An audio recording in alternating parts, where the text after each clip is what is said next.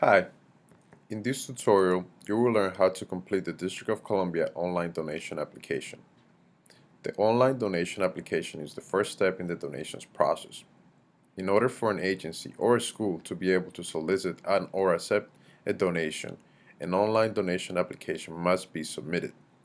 In the next couple of minutes, I will show you step by step how to log into the donations management system and complete the donation application. So let's get started. First step is to go to octo.quickbase.com. This will be your login page. You will see that the system is asking you for a username and a password. These are the same ones that you use to log into your system every morning.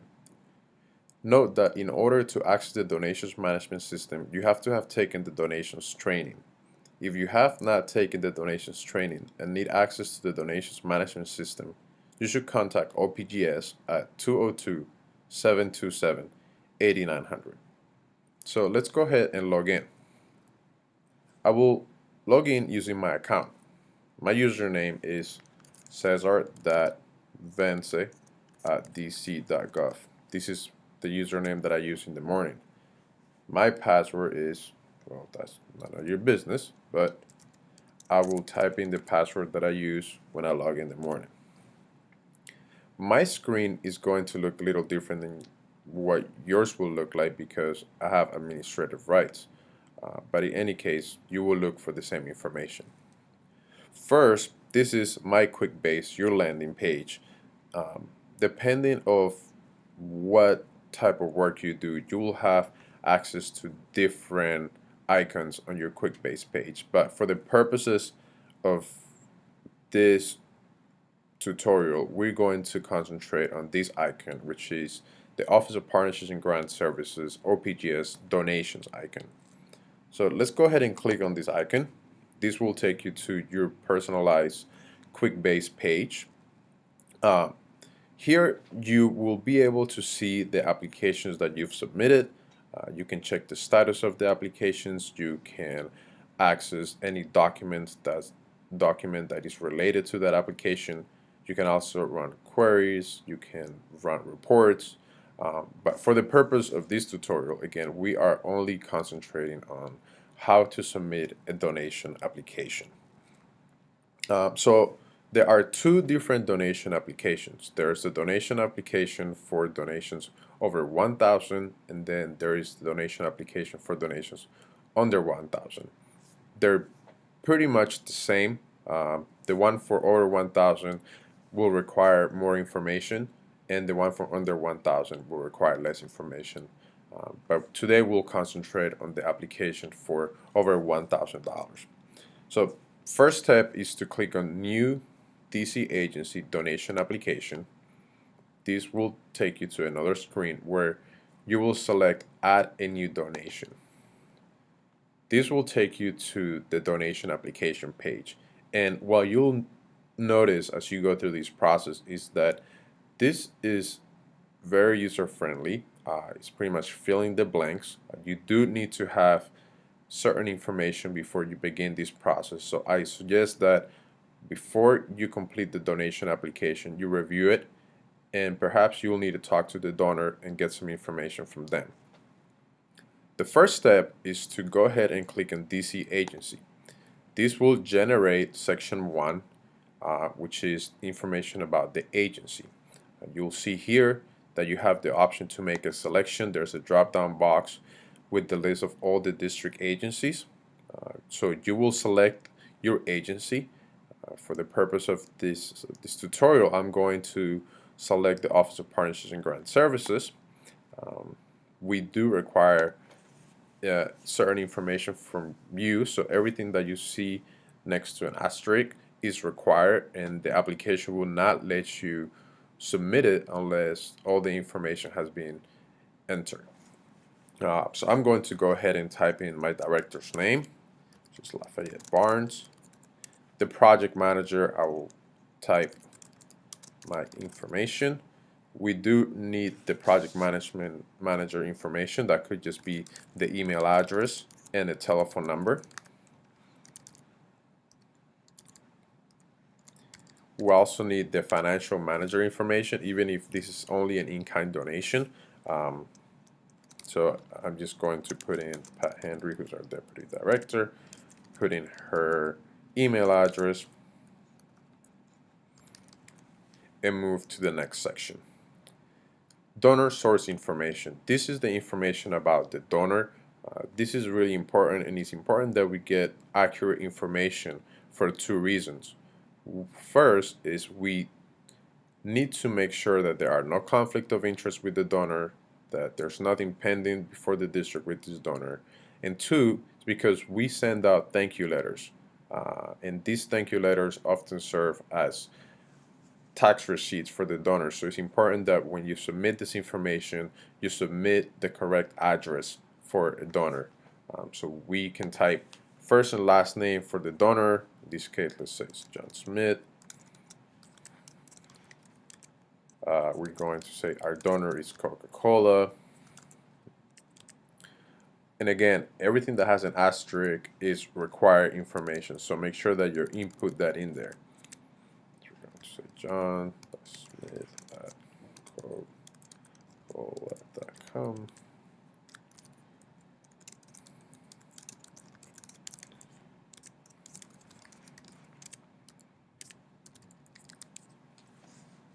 Okay, then let's move on to the next section, which is section 3, donation information.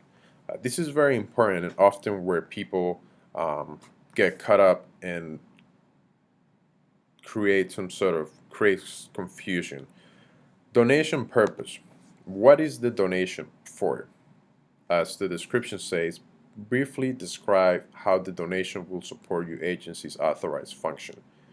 Let us know how this donation is going to support your function, how it's going to help you with your projects. Because if you just type in computer or food, that's not really telling us how the donation is supporting your agency. And when we do the application review, that's one of the things that we look for. We want to make sure that the donation that you're applying for is going to support your agency.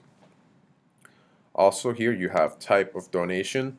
In reality, we only have two. We have in-kind donations or financial donations. So that's pretty straightforward.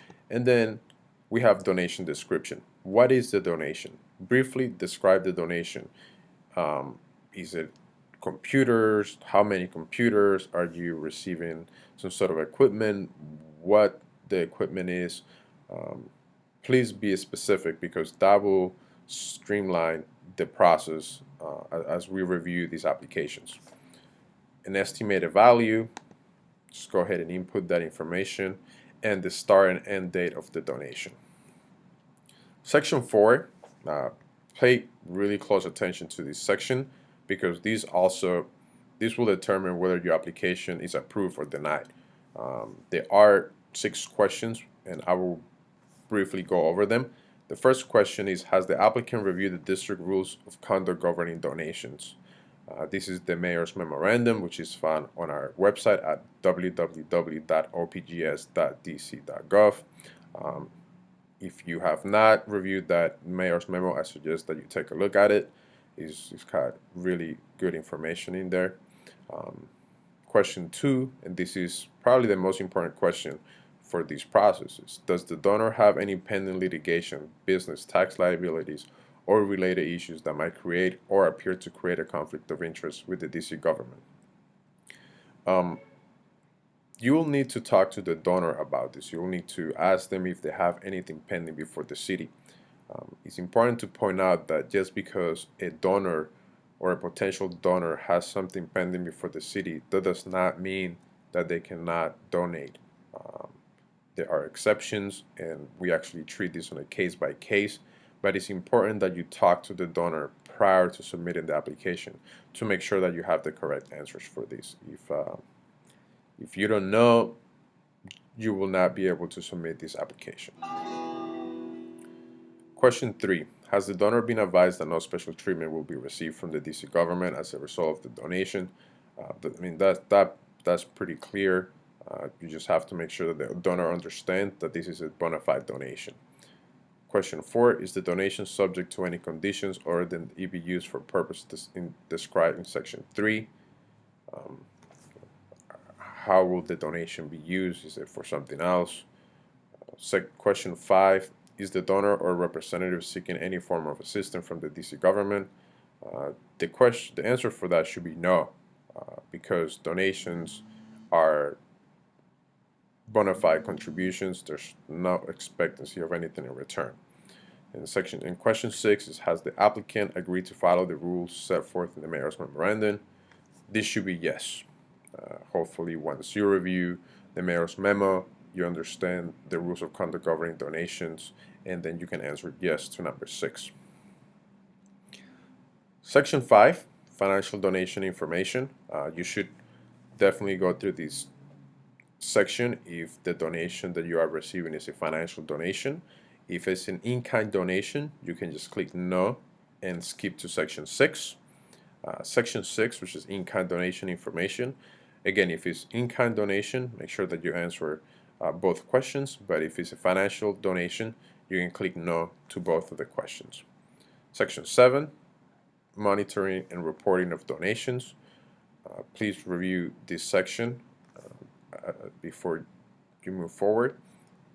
Section 8, additional information for all sections. So if you want to add more information, you can use these additional boxes to enter the information that you like to submit. And then section 9, which is the last section of the application, and probably one of the most important sections, is the applicant's signature. Here you will type your name and your title and check this official signature box. This is a digital signature, and once you submit this, it'll be signed by you. Then if you're ready to submit the application, what you will do is you will check submit and click save. However, if you're not ready to submit your application and you just want to save it and go back later and finish it, you will click save, and then you can go back at a later time. This is how you complete a donation application online using the Quickbase donations management system. There will be other tutorials on how to create reports, how to run queries, but again, for the purpose of this tutorial, I wanted to show you how to complete a donation application online. If you have any questions or you'd like to talk to somebody at OPGS, feel free to reach out to us. Our direct number is 202-727-8900. Thank you.